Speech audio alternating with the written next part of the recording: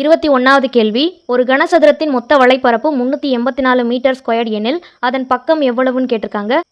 ஒரு கனசதுரத்தின் மொத்த வலைப்பரப்புக்கான ஃபார்முலா வந்து 6a² சதுர அலகுகள். இப்போ 6a² அப்படியே வச்சுக்கிறோம். ஈக்குவல் டு 384 கேள்வியில் கொடுத்துருக்கத அப்படியே எடுத்து எழுதுகிறோம். ஈக்குவல்ட்டுக்கு அந்த பக்கமாக a² அப்படியே வச்சுருக்கோம். ஈக்குவல் டு 384 அப்படியே இருக்குது. 6ங்கிறது பெருக்கல்ல இருக்குது. ஈக்குவல்ட்டுக்கு இந்த பக்கம் போகும்போது வகுத்தலாக மாறும். அப்போ 384க்கு கீழே 6ன்னு எழுதுவோம். 1 6 6, 64 6 384ன்னு வரும். a²ங்கிறத அப்படியே வச்சுருக்கோம். இந்த 64 அப்படியே எழுதுகிறோம். ஏங்கிறத அப்படியே எழுதுகிறோம். இந்த ஸ்கொயர்டு ஈக்குவல்ட்டுக்கு அந்த பக்கம் போகும்போது ரூட்டாக மாறும். அப்போ 64க்கு ரூட் எடுக்கும்போது 8 × 8 தானே 64. அப்போ 8ங்கிறது தான் ஆன்சராக வரும். Option B 8 metre. 22வது கேள்வி, 1 + 2 + 3 எக்ஸெட்ரா n = k எனில் 1³ + 2³ + எக்ஸெட்ரா n³ என்பது டேஷ்னு கொடுத்துருக்காங்க. இப்போ இதோட ஆன்சர் என்ன அப்படின்னா k² தான் இதோட ஆன்சர். இது ஒரு ஃபார்முலா. இதை எப்படி ஞாபகம் வச்சுக்கலான்னா, இந்த எண்ணின் அடுக்கு 3ன்னு இருக்கா, அந்த 3லேருந்து 1 கழிக்கும் போது 2ன்னு கிடைக்குமா? அப்போ k² தான் இதுக்கான ஆன்சர். இதுதான் வந்து ஷார்ட்கட். இது 10th புக்கில் புக் பேக் கொஸ்டினாக இருக்குது. ஏபிஜிபி கணக்கில். 23வது கேள்வி, a⁻m - n, a⁻m, a⁻m+n என்ற பெருக்கு தொடர் வரிசையின் பொது விகிதம் என்னன்னு கேட்டிருக்காங்க.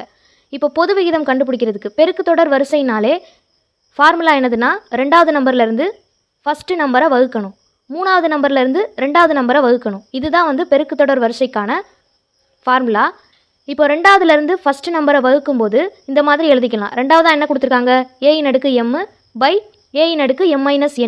இப்போ வந்து a⁻m வந்து அப்படியே எழுதியிருக்கோம். அடுக்குக்குறி கணக்கில் 5 விதிகள் இருக்குது. அதில் 2 விதிகளை தான் நம்ம பயன்படுத்துகிறோம். இந்த இடத்துல என்ன விதி பயன்படுத்தியிருக்கோன்னா, இந்த ஃபஸ்ட்டு விதி பாருங்கள், x⁻m-n இருக்கா, இந்த எக்ஸுக்கு வந்து இந்த m-ம் n-ம் வந்து பொதுவானது. இதை தனித்தனியாக பிரித்து எழுதியிருக்கோமா, x⁻m, x⁻n. இந்த ஃபார்மேட் தான் இங்கே பயன்படுத்தியிருக்கோம். அப்போ இந்த டேம் வந்து சேர்ந்துருக்கு. இதை தனித்தனியாக பிரித்து எழுதணும்னா a⁻m, a⁻-n, a⁻m-ம் a⁻m-ம் கேன்சல் பண்ணிடலாம். மீதி என்னென்ன இருக்குது, மேலே எதுவுமே இல்லைனா 1 இருக்குன்னு அர்த்தம். கீழே வந்து a⁻n.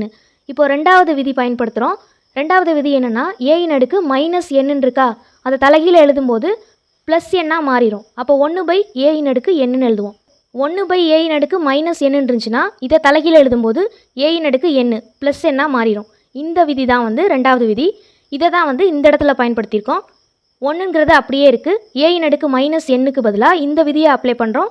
1/an. இந்த 1ங்கிறது அப்படியே இருக்குது. இந்த 1/an மேலே கொண்டு வரும்போது பெருக்கல் an/1ன்னு எழுதுவோமா? இப்போது 1 வந்து எழுத தேவையில்லை. அப்போ என்ன இருக்குது, a⁻n தானே இருக்குது. அப்போ இதுக்கான ஆன்சர் வந்து a⁻n. அடுத்து 2வது ஃபார்மேட் இருக்குது பாருங்கள். 3வது நம்பர்லேருந்து 2வதை வகுக்கணும். 3வது நம்பர் என்னது, a⁻m+n. 2வது என்னது, a⁻m. ரெண்டையும் வகுத்தல் மாதிரி எடுத்து எழுதியாச்சு. மேலே உள்ளதை பிரித்து எழுதுகிறோம். இந்த விதி பயன்படுத்தி பிரித்து எழுதுகிறோம்.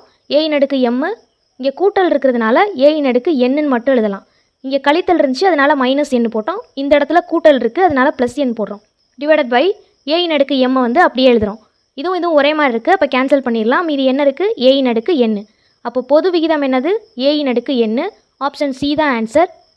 24வது கேள்வி. இந்த கேள்வி வந்து ரொம்ப முக்கியமான கேள்வி. 9th புக்கு அல்ஜிப்ராவில் இருக்குது. இந்த சம் வராமல் கொஸ்டின் பேப்பரே கிடையாது. இதில் உள்ள நம்பர்ஸ் மட்டும் மாற்றி அப்படியே கொடுத்துருப்பாங்க. 0.35 மேலே கோடு போட்டால் அதுக்கு பார்னு அர்த்தம்.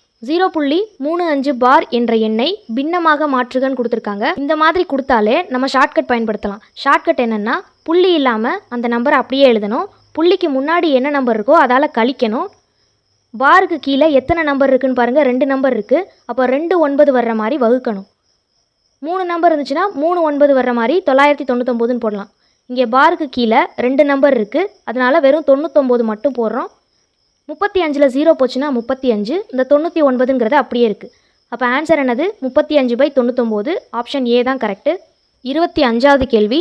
200க்கும் 300க்கும் இடையே 6, 8 மற்றும் 9 ஆகிய எண்களால் வகுப்படக்கூடிய எண்கள் எத்தனை உள்ளனன்னு கேட்டிருக்காங்க. கேள்வியில் என்ன கொடுத்துருக்காங்கன்னா, 200க்கும் 300க்கும் இடையில வந்து இந்த 3 நம்பரால் வகுப்படக்கூடிய எண்கள் வந்து எத்தனை இருக்குன்னு கேட்டிருக்காங்க. இப்போ இந்த 3 எண்களுக்கும் மீச்சிமா கண்டுபிடிக்கிறோம். மீச்சிமா கண்டுபிடிக்கும் போது 72ன்னு மீச்சிமா கிடச்சிருக்கு. அப்போ 72வது வாய்ப்பாடு சொல்லி பாருங்கள்.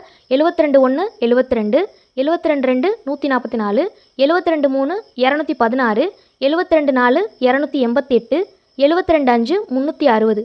இதில் பாருங்கள் 200க்கும் 300க்கும் இடையில உள்ள நம்பர் வந்து இந்த 2 நம்பர் மட்டும்தான். அப்போ ஆன்சர் என்னது 2.